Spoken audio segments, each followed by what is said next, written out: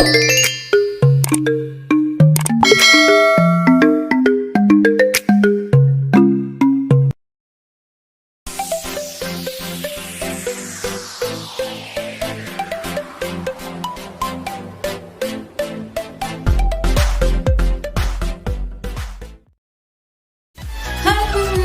lagi dengan saya Karina Infantri Tahila dengan NIM 2040116. Di sini saya akan memberikan pengetahuan sedikit mengenai sertifikat halal.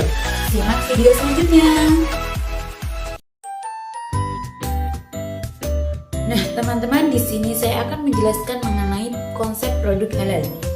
Nah, konsep produk halal ini menurut Undang-Undang RI Nomor 33 Tahun 2014 adalah produk yang telah dinyatakan halal sesuai syariat Islam. Nah, produk halal ini berupa apa saja sih? Nah, itu ada berupa pangan, obat-obatan, kosmetik, dan produk lainnya yang dinyatakan itu tidak berdosa. Nah, pada sebuah produk dikatakan halal jika telah memenuhi beberapa syarat. Nah, syarat itu termasuk halal zatnya, halal cara memperolehnya, halal dalam memprosesnya, dan halal dalam penyimpanannya ataupun penyajiannya. Nah, berikut ini teman-teman pengertian dari sertifikasi halal. Nah, apa sih pengertian dari sertifikat halal itu? Nah, menurut LPPOM MUIT sendiri, suatu proses untuk memperoleh sertifikat halal melalui beberapa tahap untuk membuktikan bahwa produk ini, bahan ini bisa dikatakan halal jika memenuhi standar LPPOM MUI tersebut.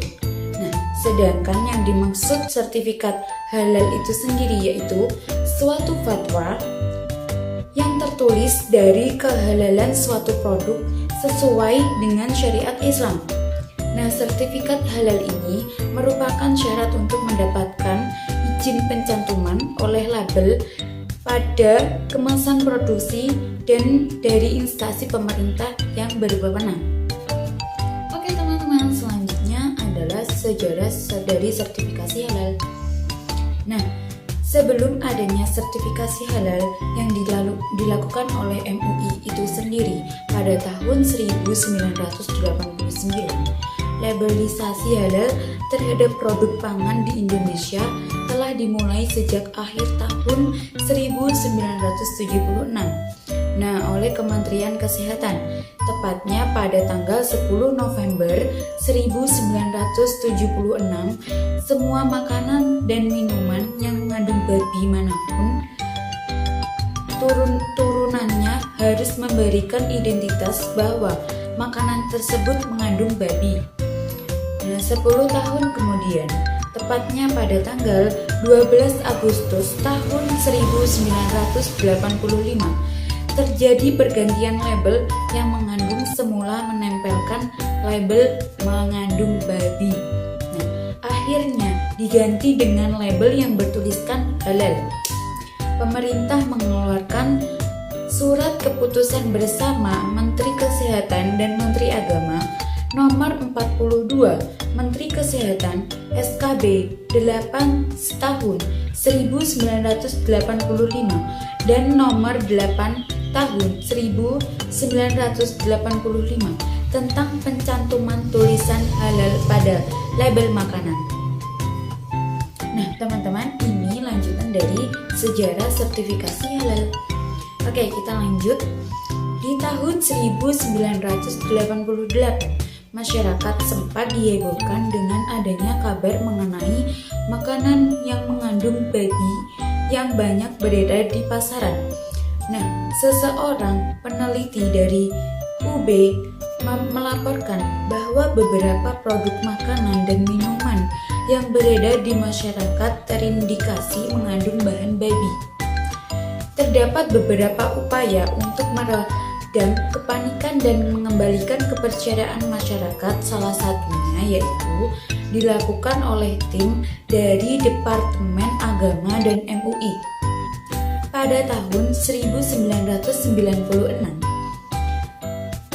sinkronisasi kebijakan antara Departemen Agama, Departemen Kesehatan, dan MUI diawali dengan penandatanganan piagam kerjasama pada 21 Juni 1996 tentang pencantuman logo halal pada makanan. Pemerintah mengeluarkan peraturan pemerintah RI nomor 69 tahun 1999 tentang label dan iklan pangan, menerangkan tentang pemasangan label halal pada kemasan yang harus melalui pemeriksaan terlebih dahulu. Nah, dalam rangka menindaklanjuti ketentuan-ketentuan tersebut, diterbitkanlah Keputusan Menteri Agama KMA 518 tahun 2001 dan KMA 519 tahun 2001 yang menerangkan bahwa Menteri Agama menunjuk MUI sebagai lembaga sertifikasi halal yang melakukan pemeriksaan, pemrosesan, dan penetapan sertifikat halal. Oke teman-teman, next, pengawasan sertifikat halal. Pengawasan merupakan salah satu pilar penting dalam penyelenggaraan jaminan produk halal atau JPH. Pelaksanaan tugas Kepala BPJPH Kemenang memastikan bahwa pengawasan JPH memiliki urgensi mendasar dalam penyelenggaraan JPH di Indonesia, termasuk dalam mewujudkan keterjaminan sertifikat halal yang telah diterbitkan oleh BPJPH dan diserahkan kepada pelaku usaha. Maka pengawasan jaminan produk halal ini menjalankan satu fungsi penting dalam memastikan berjalannya dengan baik seluruh jaminan produk halal sehingga terwujud pengendalian keterjaminan kehalalan atas produk yang beredar, dikonsumsi serta digunakan oleh masyarakat. Jika dikelompokkan, maka objek pengawasan yang terbagi menjadi 3. Yang pertama produk, yang kedua pelaku usaha, dan yang terakhir LPH atau pengawasan produk. Difokuskan pada masa berlaku sertifikat halal, pencantuman label halal, mencantumkan keterangan tidak halal, serta kehalalan produk. Nah, berikut ini penggunaan sertifikasi halal. Yang pertama, memberikan ketenangan bagi konsumen. Yang kedua, jaminan atas produk. Yang ketiga, bernilai ibadah. Oke, selanjutnya ada mekanisme sertifikasi halal. Yang pertama, mendaftarkan diri dan melampirkan berkas dan persyaratan. Dan yang kedua, BPJPH akan meneliti persyaratan yang telah dilampirkan.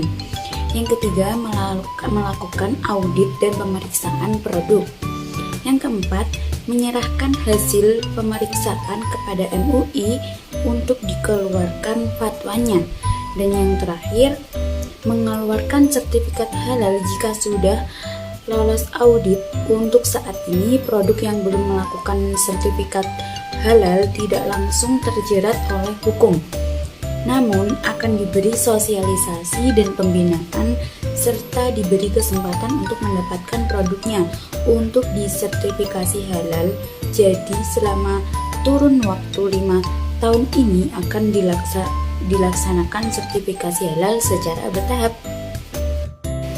Nah, kesimpulan dari materi yang sudah saya jelaskan bahwa sebagai seorang muslim kita harus mengetahui kehalalan makanan atau minuman yang kita konsumsi, karena sebagai seorang muslim kita diwajibkan mengkonsumsi makanan atau minuman yang bersifat halal sesuai dengan firman Allah dalam QS Al-Baqarah ayat 168,